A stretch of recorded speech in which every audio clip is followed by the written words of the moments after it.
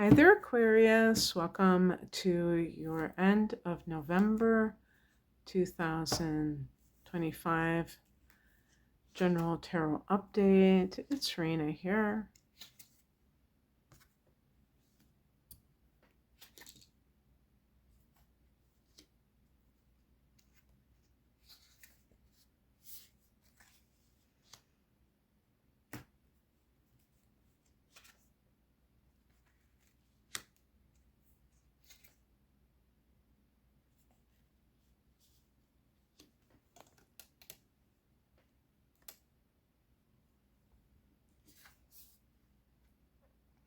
The heart of the matter is the Daughter of Wands, which is the Page of Wands.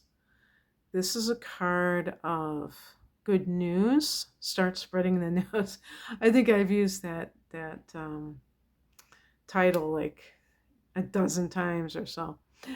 But yeah, it can be something because page can be the messenger, the message, communication, and wands is fire energy. So it's very exciting. It can be being in the throes of passion with I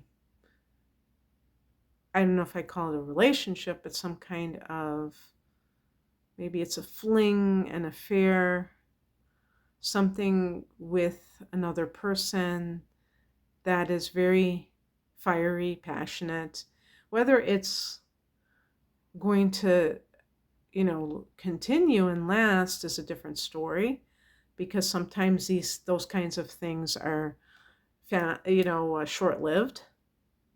But uh, in any case, it might be something that you really feel excited about. Maybe it's even an idea that you have for something, a passion project. In the past position, we have the Four of Cups. This is a card of dissatisfaction, emotional malaise, that sort of thing, indifference. So quite a stark contrast in these two states of mind or states of emotions, right? And so there might be somebody who's come into your life that has given you that spark, or if you were just kind of going about your life in a very, feeling like everything was very dull, you might have come up with an idea that now has you just completely abuzz, so to speak. The higher message, well, let me do it upright because I can't even see the numbers. I have to be very careful because somebody corrected me that I read the wrong number before, because this deck is quite different.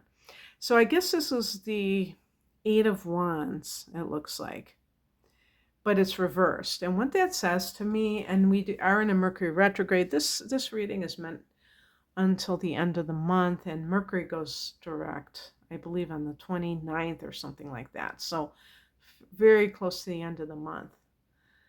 And it's not that Mercury retrograde is going to block everybody from new beginnings or anything like that, because we do have, in this time period, we do have a new moon in Scorpio on the 20th of the month, and this is going for Aquarians. This falls in your 10th house of career. So the wands that Eight of Wands represents, or Eight of Wands reversed represents, can be career related. But it's retrograde. I mean, it's upside down. So I'm thinking maybe it has something to do with that, where because when the Eight of Wands is upright, it can really speak to all of a sudden everything is happening. So you might go from like stagnant conditions to like, oh my gosh, I can't even keep up with this. And that might be, since you do have this new moon in the career sector. And actually, I'm thinking about, because I do have your November and December forecasts, astrological forecasts already on my channel. And I do believe that the Mercury retrograde starts with Sag and goes back into Scorpio. So it probably is going back to your 10th house. And that's where the new moon is. So it may be that you are at a crossroads, and this Page of Wands in the center as a centerpiece may be part of that, that it is sparking you to um, do something that's very personal to you, that is coming from your own creative juices, if you will. Because even people who are creative sometimes are working for other people, and they're doing their passion projects instead of their own. So this might be the time when you really have something that you want to fulfill yourself. But the higher message is saying that there may still be time that needs to elapse before you're going to see a lot of movement. And that's okay, because with the Page of Wands, it's still at the initial stages. It's not to suggest that, oh my gosh, you can't do this because it's not happening right now. No, it's a process. And you can still, formulate your ideas, and maybe you're even beginning to work on something, but launching, all of those things, that might be more in the future, whatever this is. What crosses you is the Four of Wands. So here's more fire energy. The Four of Wands is connected to the home. If you have bought a new home recently, it might be suggesting, for instance, that you have financial obligations that are not necessarily, in some cases, you might not really want them anymore. You might have thought that that was going to bring you happiness, and you found out otherwise. I think it's very interesting that I have another four up there with the Four of Cups, which was showing dissatisfaction, because the number four is a number that is connected to Saturn, and Saturn is a very serious, austere type of an influence. It's about foundations. It's about restriction. It isn't about, laughter and feeling free. It's about sometimes feeling obligated, feeling like you have to do something versus you want to do it. Whereas the Page of Wands is a very, I would say it's the exact opposite. It's very free, it's very enthusiastic. So you have both of these things going on here. Or any kind, with the Four of Wands, you may be in an environment, I would even say like a marriage, or that kind of environment that is not really conducive to what the Page of Wands suggests.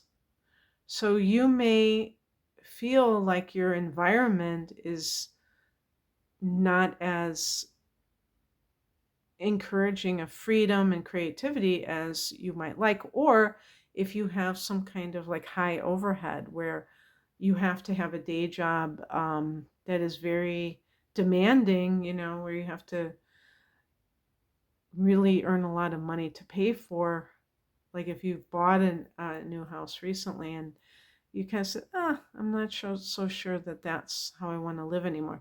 Because the Page of Wands can even be the idea of how you want to live. Maybe you're like, I can do, you came up with some idea where, you wouldn't have to hardly work at all based on your circumstances. And that would free up time for you to do your passion projects. What's coming in is the Six of Cups. This is a card of the past, nostalgia. You see those roots in the tree. That I think that some of these depictions of these cards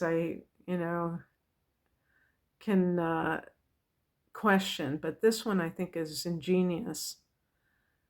And it's a card connected to Cancer, to children, to, when I say the past, it's about sentimentality, thinking about times when life was simpler.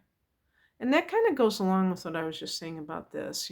There's like that home energy. Children, and it's a soulmate card. So that was one of the things that I was pointing out. If there's like some kind of an affair, or and maybe it's not like a physical thing, maybe it's just like on the emotional level, that you are wildly like attracted to someone, but you're married, and that's what this might represent, and you feel that sense of like stifling.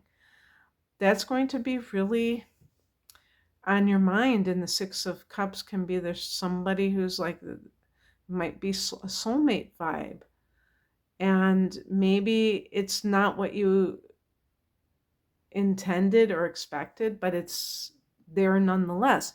This is very blah, uh, disinterested type of energy. So if you're in a relationship and you feel totally disconnected from that relationship, if you've met somebody else and they're just like knocking your socks off, it's like such a contrast, and you can really see the difference and feel the difference. And you know that it's showing you that it doesn't have to be that way, that you don't have to just tolerate somebody. They can really have strong feelings for them. And not just strong feelings, but there's an excitement there.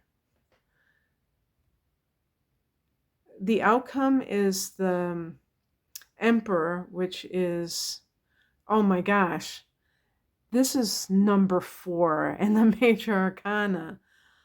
Okay, this is definitely, I would say this is definitely like domestic energy here.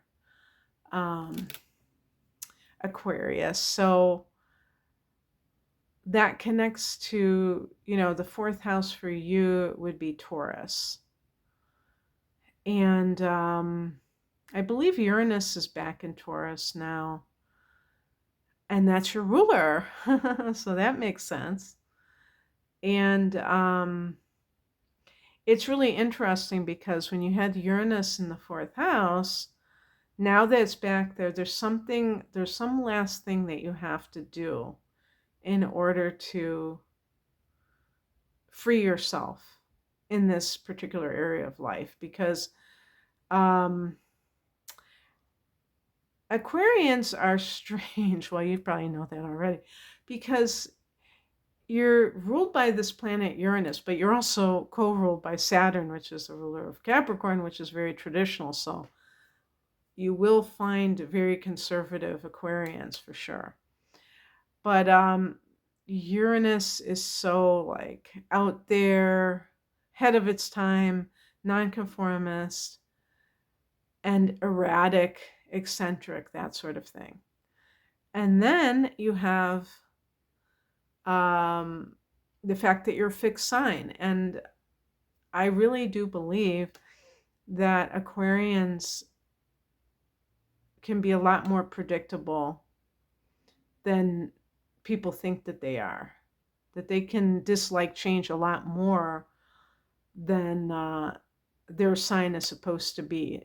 Like it's supposed to be so unpredictable. Well, I think that does happen with Aquarius, but it's almost like even they can't, understand why they're doing what they're doing. And the Emperor, the reason that the Emperor is numbered 4, it's actually the 5th card in the Major Arcana, but the first one, the Fool card, is 0, which, by the way, the Fool card is connected to Uranus specifically. The Emperor is connected to Aries. And really, we could look at the Emperor. I don't think that this is necessarily the case 100%, but I'm thinking of even like the King of Wands, this,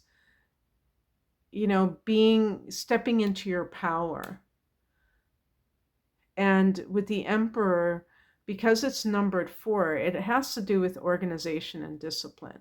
So is your life feeling rather uncontrolled for some reason?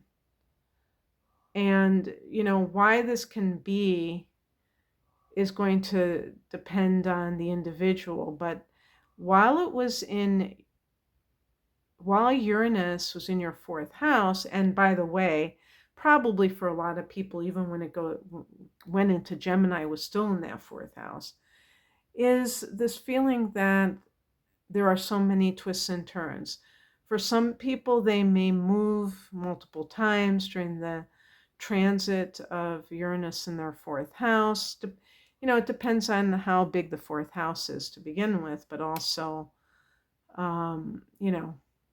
what is going on in your personal life. But for some people, it can be that they don't want to, be in any one place. Maybe they're a digital nomad and they are traveling during those years, and they don't have like a permanent address.